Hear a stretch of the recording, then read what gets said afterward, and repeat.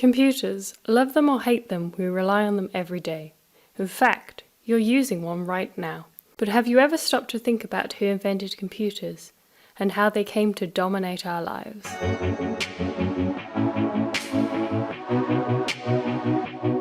Early computers were actually people, not machines. It was a job title. The word dates back to 1613. Computers were people who performed complex calculations. Essentially, they were mathematicians and bookkeepers. The first computer that we know about was the Antikythera mechanism, dated to around 200 BC. It is an ancient Greek hand-powered mechanical device. Archaeologists believe it was used to calculate eclipses and other astronomical events. Due to its complexity, many speculate that it had several less complex predecessors. In the centuries that followed, numerous clockwork calculation machines were created. Generally, these fulfilled a single purpose. Charles Babbage, an English polymath, is accepted by many to be the man who invented computers, despite the fact that he never actually constructed any of his designs. In Babbage's time, calculations were typically done by a human computer and were frequently full of error. Babbage saw mechanical computers as a way to remove the error. In 1822, Babbage started working on a difference engine. Its purpose was to compute polynomial functions. Unfortunately, the British government lost faith in his idea and eventually cut his funding. Between 1847 and 1849, Babbage created drawings for a second machine, the difference engine No. 2. And finally, in 1991, the British Science Museum constructed the design from Babbage's original plans. Amazingly, it worked. Babbage later went on to design the analytical engine. If completed, it would have had a whopping 675 bytes of memory. He named the CPU the mill and the memory the store. Punch cards were used as input, based on the Jacquard loom punch system invented at the turn of the 19th century. As we all know, necessity is the mother of invention, and never was that more true than during World War II. During this period, electromechanical computer technology speed-rocketed. Early electromechanical computers were a sort of hybrid between modern electrical computers and analog computers. Electrical switches drove mechanical relays. Although parts still wore out quickly, electrical switches could open and close around 1,000 times faster than mechanical ones, making electromechanical computers much faster. In 1938, the United States Navy invented the torpedo data computer. It was designed to track a target and aim and fire a torpedo from a submarine. Although largely unknown, Konrad Zeus could win the title of the man who invented computers. In 1938 Germany, Zeus began work on the Z1, a mechanical calculator. It was constructed from around 12,500 individual hand-cut sheet metal parts, was self-financed, and was assembled in his parents' living room, much to their displeasure. It worked on a binary system and was fed paper tape. The machine was largely unsuccessful as it produced unreadable results. It was also pretty slow. However, with a little help from his friend Helmut Freyer, an electrical engineer, this formed the basis of the Z2. The Z2, completed in 1939, was an electromechanical computer that was capable of slightly more varied functions. Zeus quickly followed this with the Z3 in 1941, the world's first working electromechanical, programmable, fully automatic digital computer. It had a monitor, keyboard, and a 21-inch flat screen.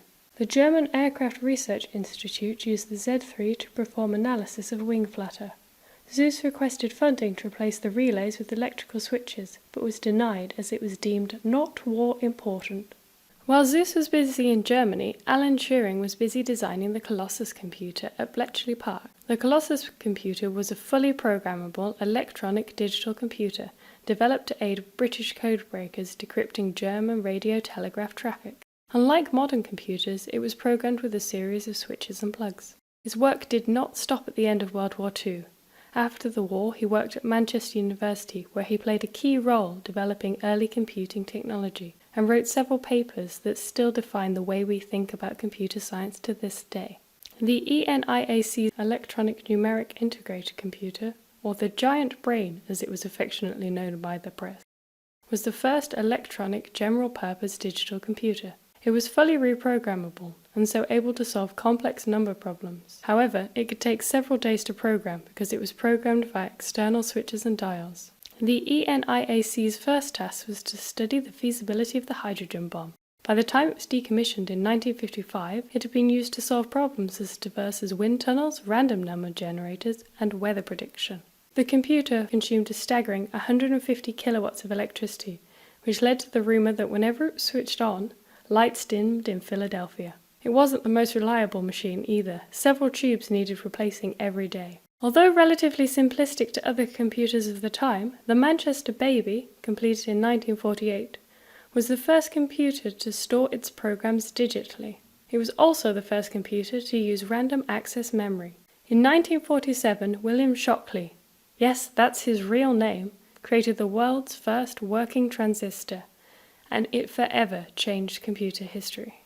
The first transistor computer, or second-generation computer, was the rather imaginatively named transistor computer, built by Manchester University in 1953. It was extremely unreliable and typically ran without error for just 1.5 hours. It did not, however, run exclusively on transistors and contained several tubes in its clock. The Hardwell Cadet was the first fully transistorized computer in Europe and possibly the world. It first ran in February 1955. François Scannell invented the Macro N, the world's first personal computer, in 1973. It was not a commercial success. The MITS Altair 8800, released in 1974, was the first PC that was any kind of commercial success. The computer was so successful that the company had to hire extra staff just to keep up with demand.